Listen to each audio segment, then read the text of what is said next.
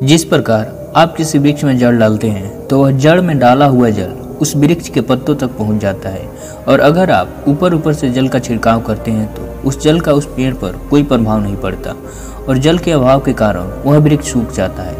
मतलब सही स्थान पर जल डालोगे तभी लाभ होगा। इसी प्रकार से हमारे शरीर में कुछ ऐसे विशेष स्थान होते हैं जहाँ पर कि आप तेल लगाते हैं तो उसका प्रभाव पूरे शरीर पर पड़ता है। हमारे आयुर्वेद में बताया गया है कि यदि हमारे शरीर के इन 4 स्थानों पर हम तेल लगाते हैं तो उससे हमारा शरीर अपनी बीमारियों को खुद ही स्वतः ठीक करता है। और सबसे अच्छी बात तो यह है कि इसमें ज़्यादा समय भी नहीं लगता और कोई खर्चा भी नहीं आता, बल्कि आपके शरीर को लाभ प्राप्त होता है और आप बहुत सारी बीमारियों से बच जाते हैं। तो आइए जानते हैं इस वीडियो के माध्यम से कि आखिर वह 4 जगह कौन सी है जहाँ पर कि हमें तेल लगाना चाहिए और हमें किस तरह से तेल लगाना चाहिए और किन किन समयों पर तेल लगाना चाहिए। आज के इस वीडियो में हम आपको यह सारी बातें बताएंगे, इसलिए वीडियो को अंत तक पूरा जरूर देखें। अगर वीडियो पसंद आए तो लाइक करना और कमेंट में नमो बुद्धाय जरूर लिखें। तो चलिए कहानी को शुरू करते हैं। एक बार की बात है, एक गुरु जो कि आयुर्वेद के बहुत ही बड़े ज्ञाता थे, वो अपने शिष्य से कह रहे थे कि बेटा, क्या आप लोगों को पता है कि हमारा शरीर किन किन चीज़ों से मिलकर बना है? हमारा शरीर 5 तत्वों से मिलकर बना होता है। इन 5 तत्वों में प्रोटीन, विटामिन सभी चीज़ आ जाते हैं और हमारे शरीर में 3 दोष पाए जाते हैं, वात, पित्त और कफ। यह दोष ही हमारी हर बीमारियों का जड़ होते हैं। यही वह तीनों दोष होते हैं, क्योंकि अगर हमारे शरीर में वात का संतुलन बिगड़ता है तो 60 से 70% बीमारियाँ आती है, और अगर हमारे शरीर में पित्त का संतुलन बिगड़ता है तो 15 से 20% बीमारियाँ आती है, और अगर हमारे शरीर में कफ का संतुलन बिगड़ता है तो 5 से 10% बीमारियाँ आती है। यह तीनों दोष ही हमारे शरीर में पाए जाते हैं। जब आपकी बाल्य अवस्था होती है, यानी कि जब आप जन्म लेते हैं, तब से 14 वर्ष की आयु तक जो समय रहता है उसे बाल्य अवस्था कहा जाता है। इसमें कफ की प्रवृत्ति सबसे ज़्यादा होती है। इस समय हमारे शरीर में बहुत ही ज़्यादा मात्रा में कफ बनता है और यह प्रकृति की देन है। यह कफ इसलिए बनता है क्योंकि यही हमारे शरीर को ग्रो करता है, और इस समय कफ का बनना बहुत ज़रूरी भी है। लेकिन हमें इस बात का ध्यान देना चाहिए कि हमारा जो कफ है वह संतुलन में रहे, ना वह ज़्यादा बढ़े और ना ही ज़्यादा कम हो। अब छोटे बच्चे को तो यह पता नहीं होता, लेकिन उनके माता पिता को इस बात का ध्यान रखना चाहिए कि उनके बच्चों को वह ऐसा आहार न दें जिनसे कि उनका कफ का संतुलन बिगड़ जाए, क्योंकि अगर उनके कफ का संतुलन बिगड़ गया तो उन्हें टीबी, दमा जैसी भयंकर बीमारियां हो सकती है। इसके बाद की अवस्था आती है युवावस्था। युवावस्था 15 वर्ष से 60 वर्ष तक बनी रहती है। इस समय हमारे शरीर में पित्त का प्रवेश सबसे ज़्यादा होता है, यानी कि इस समय हमारे शरीर में पित्त बहुत ज़्यादा मात्रा में बनता है। इसलिए हमें इस बात का ध्यान रखना होगा कि हम ऐसी चीज़ें ना खाएं जिससे कि हमारा पित्त बिगड़ जाए, क्योंकि अगर हमारा पित्त का संतुलन बिगड़ गया तो वह हमारे शरीर में 15 से 20% बीमारियों को जन्म देता है। इस उम्र के बाद आती है वृद्धावस्था, यानी कि 60 वर्ष से ऊपर की उम्र होती है। इस उम्र में हमारे शरीर में बहुत ही ज़्यादा मात्रा में वात बनता है, और वात बढ़ने की वजह से हमारे शरीर में 60 से 70% बीमारियाँ आ जाती है। 5 तत्व और 3 दोषों में जब कोई भी कमी होती है तो हमारा शरीर बीमार पड़ता है, अन्यथा हमारे शरीर में कोई बीमारी नहीं होती। बहुत से लोग कहते हैं कि भगवान ने हमें यह कष्ट दिया है, वह कष्ट दिया है, इतनी गंभीर बीमारियाँ, टीबी, कैंसर, थायराइड दे दिया। लेकिन यह सब सारी बीमारियां इंसान स्वयं ही पैदा करता है, क्योंकि हमारी प्रकृति तो यह कहती है कि आप प्रकृति से प्राप्त भोज्य पदार्थ खाएं, लेकिन आप क्या करते हैं? आप पिज्ज़ा, बर्गर, चाउमीन इत्यादि यह सब खाते रहते हैं। आयुर्वेद कहता है कि आप पानी पीने का सही तरीका अपनाएं, लेकिन नहीं, आपको तो फ्रिज का ठंडा पानी ही पीना है, कोल्ड ड्रिंक ही पीना है। अगर आप प्रकृति के नियमों के हिसाब से नहीं चलेंगे, आयुर्वेद के नियम को नहीं अपनाएंगे, तो आपका शरीर तो बीमार पड़ेगा ही। इसमें भगवान क्या कर सकते हैं? लेकिन अगर आप आयुर्वेद के नियमों को अपने जीवन में अपना लेते हैं तो आप जीवन भर अपने शरीर को कभी भी बीमार नहीं पड़ने देंगे। फिर गुरु उनसे कहते हैं कि बच्चों, आज मैं तुम्हें ऐसे अंग के बारे में बताऊंगा जहां पर कि तेल लगाने से आपके शरीर को कभी भी कोई बीमारी नहीं होगी और आपके यह तीनों दोष भी संतुलन में रहेंगे और आपके शरीर में कभी भी इन 5 तत्वों में कोई कमी नहीं आएगी। बच्चों, आज जो 4 अंग मैं आप लोगों को बताने वाला हूँ, उनमें सबसे पहला अंग है आपकी नाभि, और दूसरा अंग है आपके पैर के तलवे, तीसरा अंग है आपका नासिक और चौथा अंग है आपका सर। यह 4 सबसे महत्वपूर्ण अंग हैं। इन चारों अंग पर आपको तेल लगाना है, लेकिन आपको इस बात का ध्यान रखना है कि कब और कैसे लगाना है। तो सबसे पहले हम बात करते हैं नाभि के बारे में। बच्चों, आपके शरीर में सबसे महत्वपूर्ण अंग होता है नाभि, क्योंकि यह आपके 72,000 नाड़ियों का केंद्र होता है। यह एक ऐसा केंद्र है जो कि सबसे अधिक नाड़ियों से जुड़ा होता है। यह जो आपकी नाभि है वह आपके पूरे शरीर से संबंधित होता है। जब नाभि में तेल का प्रयोग करते हैं तो वह पूरे शरीर के नाड़ियों में प्रवाहित होता है। पूरे शरीर में ठीक प्रकार से ऊर्जा का संचार होता है। आप और भी ऊर्जावान और जवान महसूस करते हैं।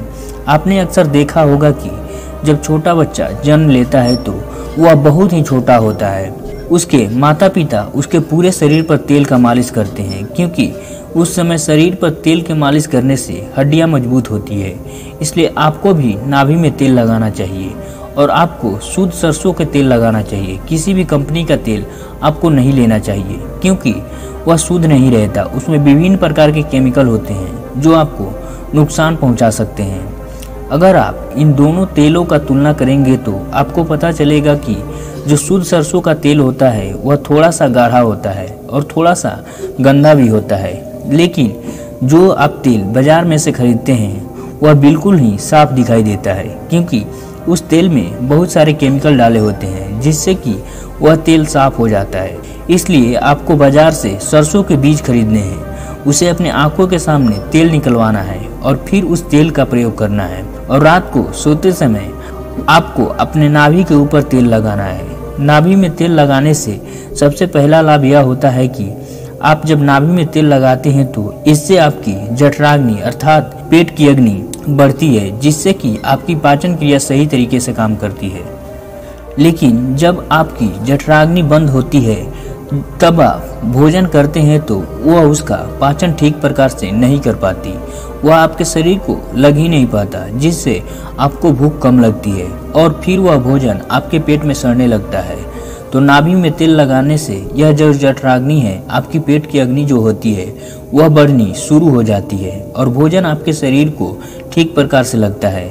और जब भोजन ठीक प्रकार से पचता है तो उसका पाचक रस निकलकर वह आपके पूरे शरीर में लगता है, जिससे आपके शरीर के सारे पोषक तत्वों की पूर्ति हो जाती है, जिससे आपके शरीर के विभिन्न भागों पर पूरे शरीर पर उसका प्रभाव पड़ता है। नाभि में तेल लगाने का दूसरा फायदा यह है कि इससे आपकी अपान वायु संचालित होती है। अपान वायु नीचे के क्षेत्र में कार्य करने वाली वायु होती है, और यह वायु जो होती है यह हमारे मल के निकास से संबंधित है, यानी कि आपके शरीर को टॉक्सिक बाहर निकालने का कार्य करती है। तो जिन लोगों को कब्ज की परेशानी होती है ठीक प्रकार से, जिनका पेट साफ नहीं होता, उनके लिए यह बहुत ही उपयोगी है। और मासिक चक्र में जिन महिलाओं को अधिक वेदना होता है उनमें भी यह बहुत ही अधिक उपयोगी होता है। मूत्र विकार, यूरिन से कोई भी समस्या अगर आपको है या फिर किसी और व्यक्ति को रहता है तो उसके लिए भी यह उपयोगी है। यह अपान वायु को संतुलित करता है, जिससे कि विभिन्न प्रकार के फायदे मिलते हैं। नाभि में तेल लगाने का तीसरा सबसे बड़ा फायदा यह है कि यह हमारी त्वचा को बहुत ही अच्छी रखता है। त्वचा पर ग्लो आता है। आपने सुना होगा कि जब हमारे होंठ फटते थे तो हमारे दादा परदादा कहते थे कि नाभि में तेल लगा लो, ठीक हो जाएगा। और हाँ, ऐसा होता भी था। नाभि में तेल लगाने के बाद कभी भी होंठ नहीं फटते थे। स्किन का ड्राइनेस खत्म हो जाता है, चेहरे पर चमक आती है, झुर्रियाँ नहीं पड़ती। इसके अलावा हमारे शरीर में 72,000 नाड़ियाँ होती है। जब वह रुक जाती है, रूढ़ हो जाती है, तो इनमें प्राण ऊर्जा का संचार ठीक से नहीं हो पाता। नाड़ी में प्राण का संचार ठीक से नहीं हो पाता, जिसके कारण आपको आलस्य आने लगता है, ऊर्जा की कमी महसूस होने लगती है, आपका मस्तिष्क ठीक से काम नहीं कर पाता। और ऐसा इसलिए होता है क्योंकि यह जो 72,000 नाड़ियाँ हैं उनका संबंध सीधे आपके दिमाग से होता है। जब आप नाभि में तेल लगाते हैं तो यह नाड़ियाँ खुल जाती है, इसमें प्राण का संचार ठीक से होता है और शरीर ऊर्जावान बना रहता है। मस्तिष्क बहुत ही अच्छे तरीके से कार्य करता है। दूसरा स्थान है आपके पैर के तलवे। सारी नसें पैर के तलवों से जुड़ी हुई होती है। इसलिए कहा जाता है कि सुबह सुबह जो मॉर्निंग वॉक करते हैं, नंगे पैर जमीन या फिर हरी घास पर चलता है तो उनकी आंखों की रोशनी कभी भी कम नहीं होती। और पैर के तलवे पर यही शुद्ध सरसों का तेल लगाना है। जब आप सोने जाएं तो आपको सबसे पहले उस पैर को गुनगुने पानी से धो लेना है, फिर उन पैर को अच्छे से पोंछ लेना है। पोंछने के बाद जब आपके पैर एकदम सूख जाए तब आपको एक कटोरी में सरसों का तेल लेना है और उसे अपने पैर के तलवों पर लगाना है। इसके बाद अगर आपके घर में कांसे की कटोरी है तो उससे अपने पैरों को मालिश करनी है, क्योंकि कांसे के बर्तन से शरीर में जितनी भी विषाक्त चीज रहती है वह बाहर आ जाती है। कांसे के बर्तन को जब हम अपने पैर से घर्षण करते हैं तो आपके पैर थोड़ा काला होना शुरू हो जाता है। इससे आपके शरीर में विषाक्त कम होती है। जिसके पैर के तलवे कम काले होते हैं उसके शरीर में कम विषाक्त होती है, और जिसके पैर के तलवे में ज़्यादा काले होते हैं उसके शरीर में ज़्यादा विषाक्त रहती है।